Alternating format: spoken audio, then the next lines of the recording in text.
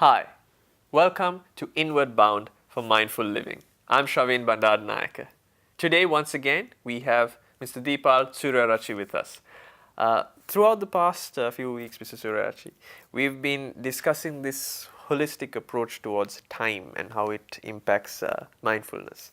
I think today's episode, we wanted to focus on something which personally I feel I've been at the butt of in certain instances as well, much like I believe most other people as well, which is procrastination, how we put things off. So how does this fit into the whole scheme of things? Yeah, sometimes people say it's bad. Sometimes people say if it can wait, why do it now? I think there is both sides. Actually, sometimes we tend to feel bad if you don't do things also. But I think the important thing that I want me to focus is more on why procrastinate and how to overcome, because most of the time when you look back our lives, there are so many things we think I wanted to do it but I still haven't gotten to do that. That's true. Yeah. And procrastination is you think you can do it later. And there is a aspect of laziness of body and laziness of mind also. Right. Don't we have some moments you want to do, but your body tells, give me a break, isn't it? Yeah. And sometimes you're physically not right, you think, I cannot do it now. But sometimes it's very difficult to find out which is what. Because when your mind is contracted and lazy, the mind will make your body to feel lazy too. Right. So, for example, say sometimes when you come back home after a hard day's work, you feel tired, but it's not tired. It's not you're fatigued. It's a fatigue kind of thing than really tired. When you do a good workout, in that case you should be very tired. Yeah. You're panting and all that, but you feel good. Yeah. That adds to your perception of where you are. Yeah, that's Exactly. right. Yeah. So I think it's very interesting to see why we procrastinate things.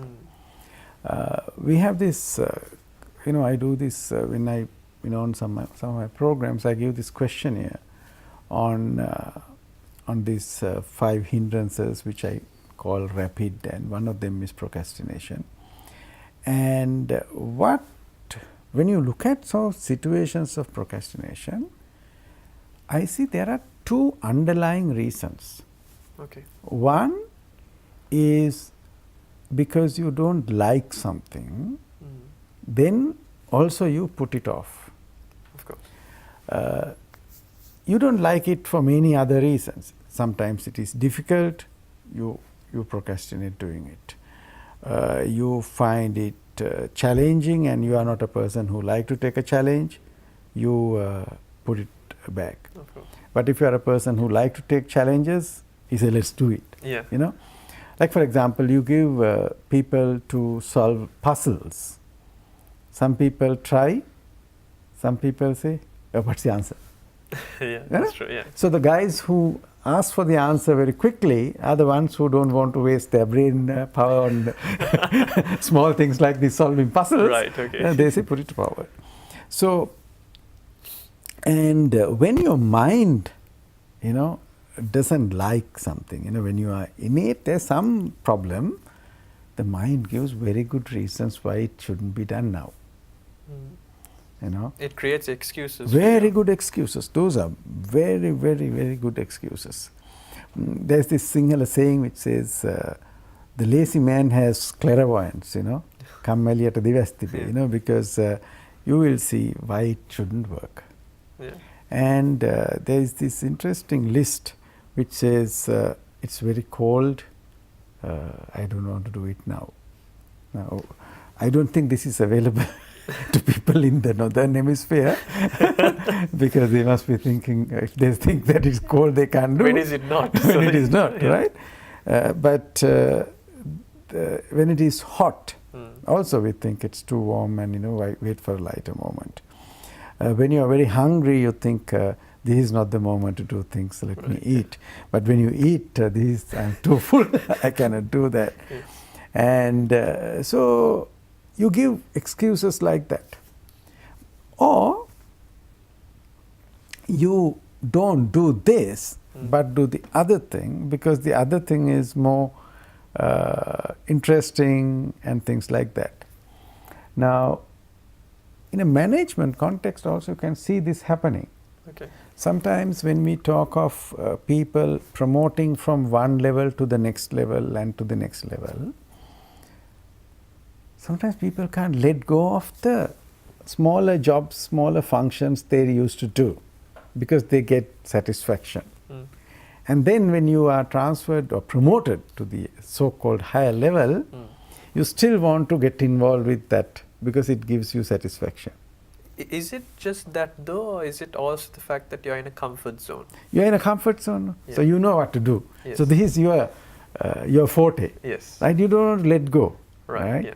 And so therefore, you are doing this, which is your former job, former thing which is you're very comfortable doing, not what you're supposed to do now. Right. Yeah. That you think I will do a little later, right? Yeah. That's another manifestation of procrastination. Okay. So procrastination is not just putting things away. And it's not just being lazy or So the ability. So when you give in to this, then only you realize I haven't done that. But you have all the intentions of doing. Absolutely. Right? Right. So I think it's very important to understand where it is coming from. So it basically this boils down to like and dislike. Right. Okay. Most of the time, that's what we do. No, True. I change my posture. Yeah. Why? Because I was not comfortable. Correct. What does that mean? It means I didn't like the previous feeling, Yeah. the sensation that I was getting. It's the fact that we want to seek out what we like, and that's basically Constant. how it is. Yeah. Yeah. And then, as a result of this, you might not do what you need to do now. So you touched on an interesting point, if I may, which is it's not necessarily that you don't want to do it. As in, it's not like you're not going to do it. It's just that you put it off. Does that necessarily mean that it's an excuse that you're giving that you will do it, or it's just that you really don't want to do it at all in the first place? Sometimes you want to do it, but you don't have the confidence to do it, Right. Okay. or some reason, Right. right? And you're supposed to do it now. Yeah. Then only it becomes postponement, yeah, procrastination. exactly. Yeah. If you are supposed to do it next year, Yeah. then it's okay. Correct. But yeah. if you are supposed to do it now, Yeah. and you are putting it off to the next week or something like that, now most of the time we don't know what drives us to take that decision. Right. Yeah. That factor doesn't come into play at all. You just give in. You accept all these excuses that your mind tells why it shouldn't be done now. There's a connection to that and a tangent that I would like to explore as well. But right now, Mr. Surashi, we have to take a very quick commercial break. So we'll That be you right cannot back. procrastinate. Absolutely. So we'll be right back.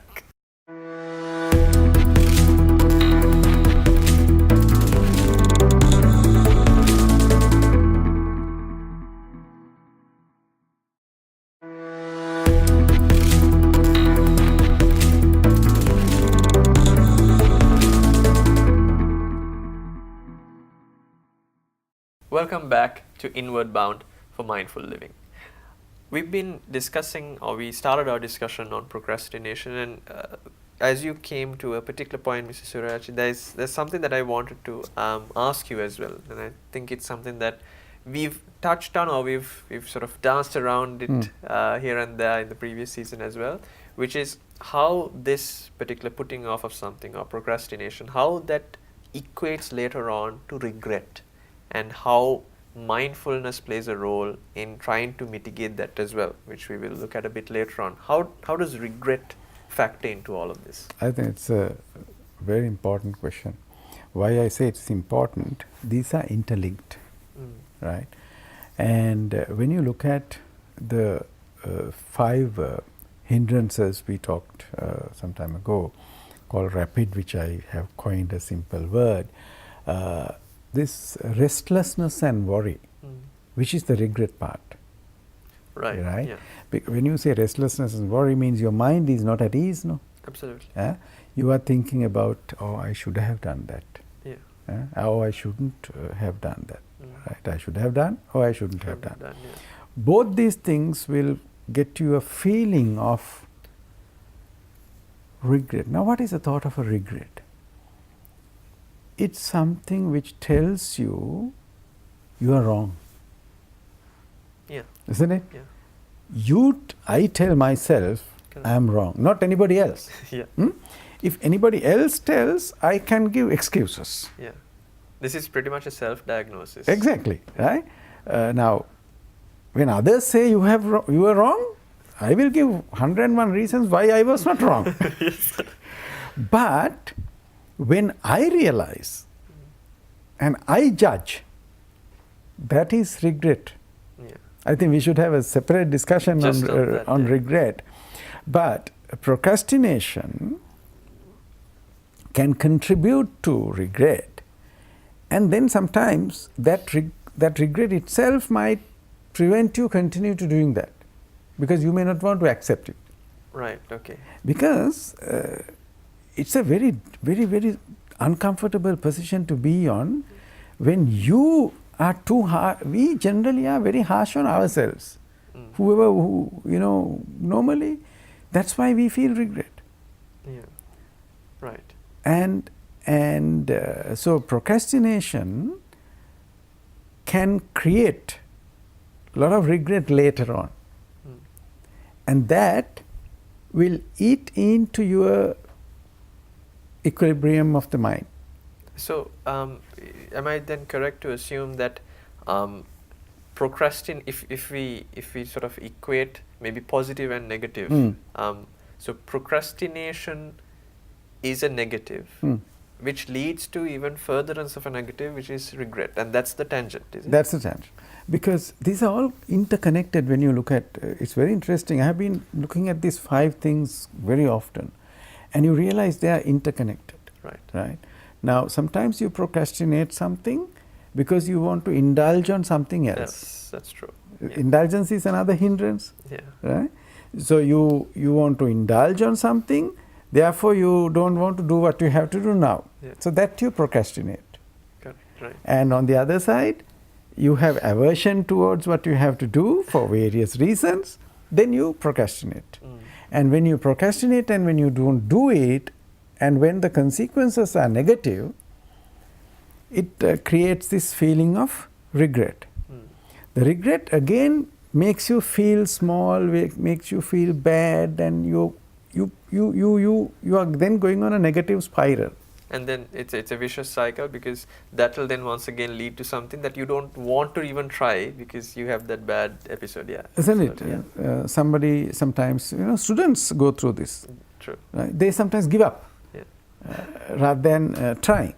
Whereas if you try, you might change the whole thing. Yes. Some people give in to that, okay, I didn't do this, I postponed, I failed my exam, and then no point doing it. I completely give up.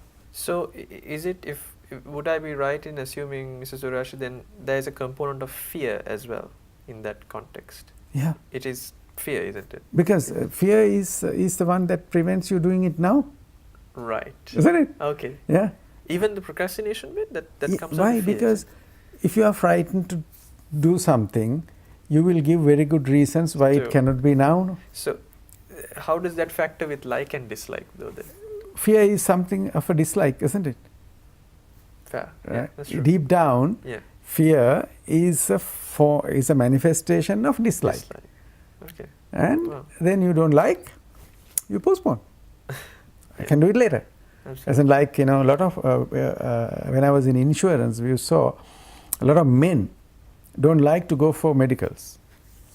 Because they are afraid of reading the medical report, which tells, you have these problems. Right. Okay. Why do people postpone dental visits? Guilty as charged, Because you don't like this, probe going, drilling. It's not a very pleasant experience, so you don't want to experience that. You postpone. And then I think to add to that, sometimes people tend not to, let's take the dental example, to go because you might go for one problem, but then you are worried that there will be a bigger problem that is discovered. Yeah. Exactly. So see, so the procrastination is a result Yeah. of these two things, like and dislike, Right. Okay. isn't it? So when you like this more than what you have to do, you put that to be done later and keep doing this. So it's another balancing of interest almost, isn't it? Exactly. So if you know, then you can take action. If you don't know, these things push you through and you don't know why you're doing it. And it tends to control your day, your life, and your relationships, everything. Everything. So It's very easy to, when you don't know these things, you don't know. I think that gives us a good opportunity to actually go into the next element of it and how exactly mindfulness will play a key role in identifying it. But let's leave that for the next segment, because right now I think we need to take a very quick commercial break. We'll be right back.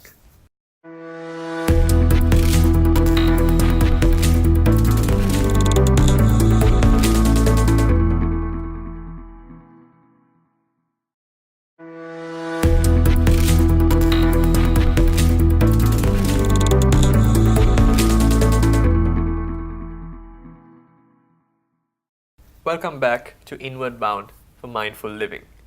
Mr. Suryachi, I think we elaborated and we went on several areas, from procrastination to likes and dislikes to fear to regret and so on. I think we've identified quite clearly what the problem is and how it manifests in ourselves, individual and in society. So how does mindfulness play a role in us mitigating this?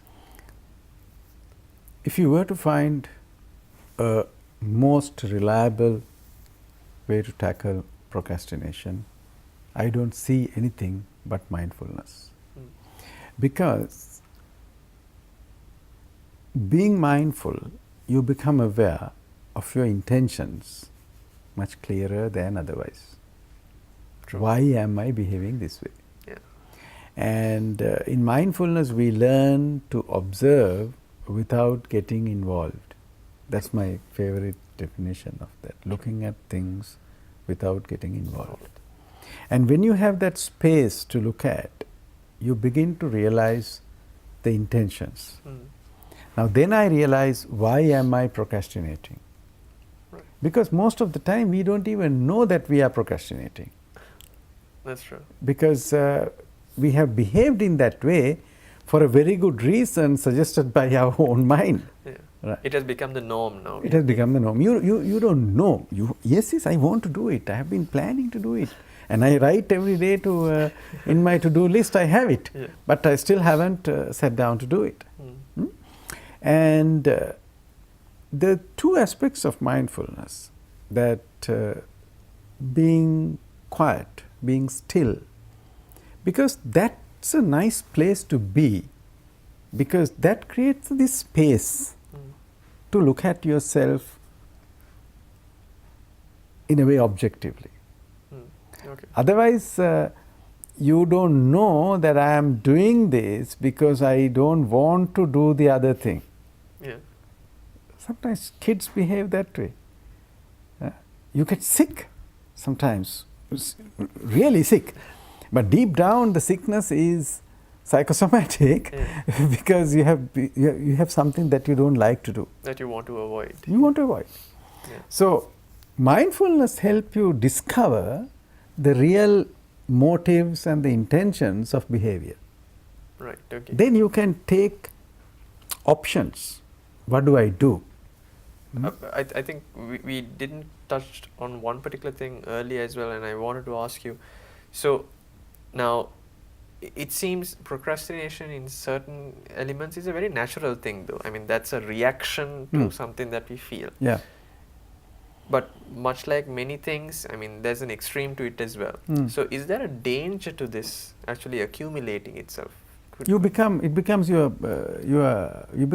be very, your habit can be like, always procrastination. And if you go deep down, you will have this mind which is not open and enthusiastic, but is the complete opposite of it. That is why people go into even depression. And then it becomes presumption though, right? Like Yes. you have procrastinated on other things and you start thinking, okay, I won't like this also, so I'm not going to, right? And you just completely go into this negative spiral.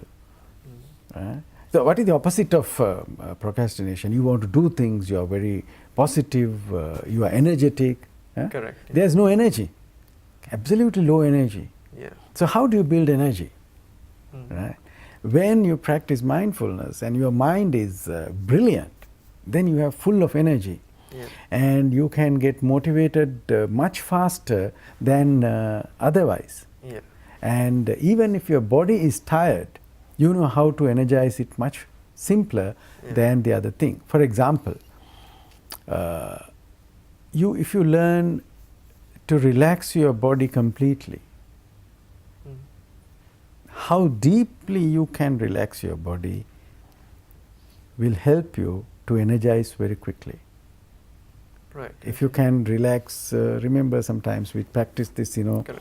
looking at every little part of your body Mm. and asking that part to really relax, you can gain energy much faster than you think. That will give you energy to do things. Similarly, when you are aware that I am postponing this because I have this particular dislike, then you can take some concrete actions to overcome that. Is it because I don't know this subject, or I don't have enough knowledge about it? So why don't you start doing something about it, rather than completely putting it away? Yeah. Or I am doing this while I should be doing that Correct. because I like it too much. Then I can tell myself, okay, that's enough. Please get back to what you have to do. So is it also then part of self-control in a sense? I don't like to use the word control, because when you say control, there's a fight. Yeah. eh? That's true. But when you realize something, you do it because you have a very good reason to do it. True. It's different saying do it because somebody else tells you to do that. So the missing element then is the force aspect of it. The force of force coming from dislike, But like an external aspect. like an saying- external thing. Yeah, Yes. Yeah. So then if we are to, move away from this, besides, having that understanding how mindfulness, as you very rightly said, utilize mindfulness so that you understand why you want to procrastinate, why is it that you dislike it. Obviously, much like anything else, it's not like an overnight thing though, right? So how do we begin that, Mr. Suryashi? How is from where do we begin? Okay. So we have been always talking about this simple practice of mindfulness by trying to learn to be quiet and all that. And another very important aspect to this practice of mindfulness is being kind to ourselves. Okay. So you don't become a tough schoolmaster, but you become a gentle friend to yourself. Right. And then if you have kindness towards yourself, then you say it's okay. I didn't do it, Yeah. but don't be too harsh on you. Right. Give me another chance. You see, like for example, a mother, when a child is trying to walk and it falls, then you don't punish. Yeah. Oh, why don't you do that? You encourage. encourage. Yeah. So if you can have that kind of mind towards yourself, then you take a completely different. Isn't that thought has more energy than a punishing thought? That's true. I think what you want to leave the audience with is be kind to yourself, and by being kind to yourself, you can be kind to others as well in the long run. Yeah. That's quite insightful, Mr. Suryashi. Thank you ever so much for joining us today, and thank you for joining this program. We hope that the remainder or the rest of your week is as mindful as the 30 minutes that you've spent with us today. So until next time, it's goodbye.